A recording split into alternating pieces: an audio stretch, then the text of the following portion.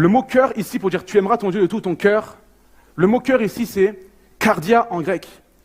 Le mot cardia signifie l'esprit comme faculté de compréhension. Notre capacité de penser ou sentir les choses, les pensées bonnes ou mauvaises. C'est le siège de la vie physique et spirituelle, de tous les désirs. De tous les désirs. Nos envies, nos buts, nos efforts, notre volonté, notre caractère, nos émotions, nos désirs, nos appétits, nos passions. C'est le milieu, le centre de toute vie spirituelle et physique, même ce qui n'est pas encore animé. Autrement dit, je ne sais pas si vous avez compris cette slide. Il y a des moments dans nos vies, on va quand même être bien, on va être dans la joie.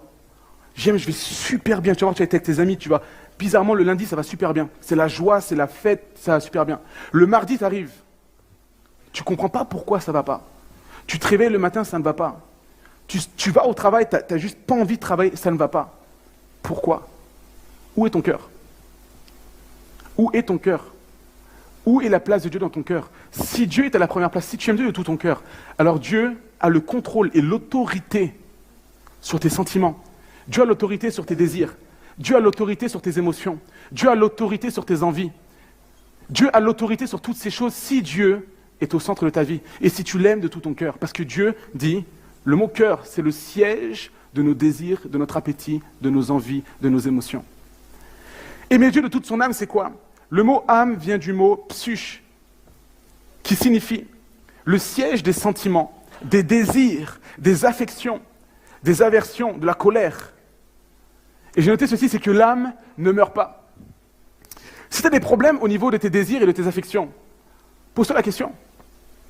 Est-ce que tu aimes Dieu de toute ton âme? Est-ce que tu aimes Dieu de toute ton âme?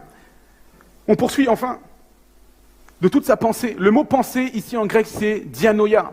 L'esprit comme faculté, c'est exactement comme le mot cœur, de compréhension, comme moyen de penser et de sentir les choses, les pensées bonnes ou mauvaises. Autrement dit, Dieu dit quoi?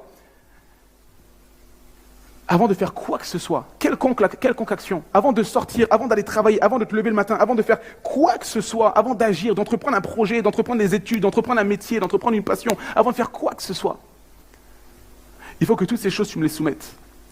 Et je dois régner sur toutes ces choses. Tu aimeras ton Dieu, on l'a dit tout à l'heure, tu aimeras ton Dieu de tout ton cœur, de toute ton âme, de toute ta pensée. Tout le monde a levé la main.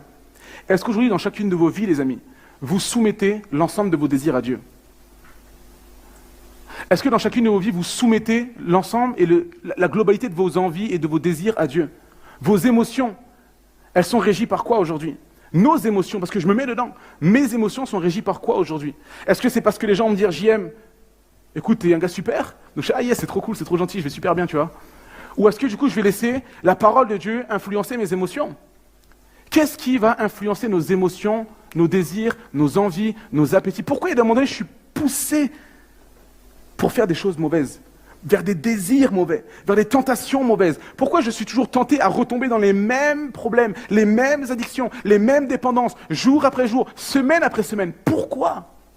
Les amis, la clé, le résultat est là. La clé est là. C'est parce que je n'aime pas Dieu. Dieu n'est pas la première place. Parce que je n'aime pas Dieu de tout mon cœur, de toute mon âme et de toute ma pensée. Si tu aimes Dieu de tout ton cœur, de toute ton âme et de toute ta pensée, tu verras, il y aura du changement dans ta vie. Il y aura du changement dans ta vie. Il y aura du changement dans nos vies, les amis. Et pourtant, la Bible nous dit, ne vous inquiétez de rien. Alors, comprenons le mécanisme de l'inquiétude. Céder à l'inquiétude, c'est étouffer la paix. C'est-à-dire, c'est se détourner du chemin de la paix pour prendre le chemin de l'homme. Bien sûr, l'inquiétude va nourrir la peur. Nos pensées s'agitent, nos sentiments se troublent. Qu'est-ce qui se passe? Nous nous coupons de la communion avec Dieu. Ça tourne tellement là-dedans que on n'arrive plus à faire monter une prière vers le Seigneur. Et du coup, ça empêche notre foi de s'exprimer. Par exemple, les disciples dans la barque au milieu de la tempête.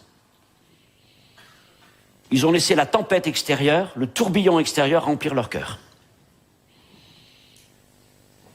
Et la peur les a submergés.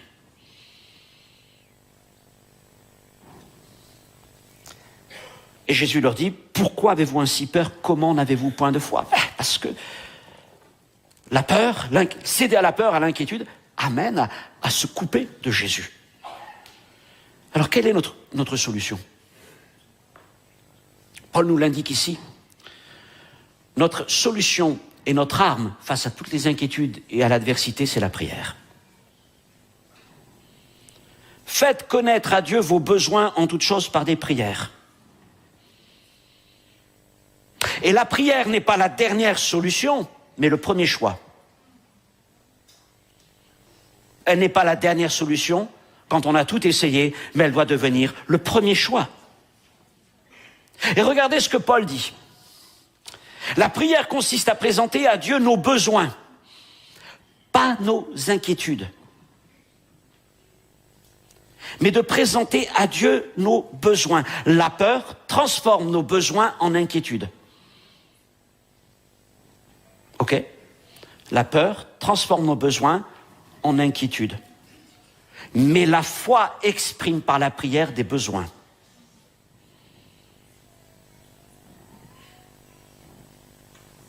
Pour toutes choses. Santé, famille, nourriture, emploi, argent, tout ce que vous voulez. Nous pouvons apporter nos prières au Seigneur. Nous pouvons présenter devant Dieu nos besoins. Il n'y a pas de problème pour ça.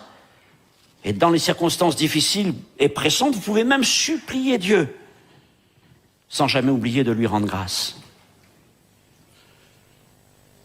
Autrement dit,